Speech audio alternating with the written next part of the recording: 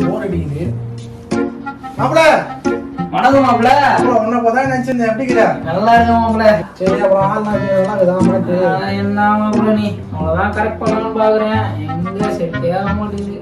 ஏய் நீ என்கிட்டலாம் முதல்ல வந்துக்கணும். என்ன மாப்பிள சொல்ற? எக்ஸ்பர்ட்டா நானு சிம்பிளா ஐடியா சொல்றேன். என்ன பைக் வச்சுக்கிறேன்?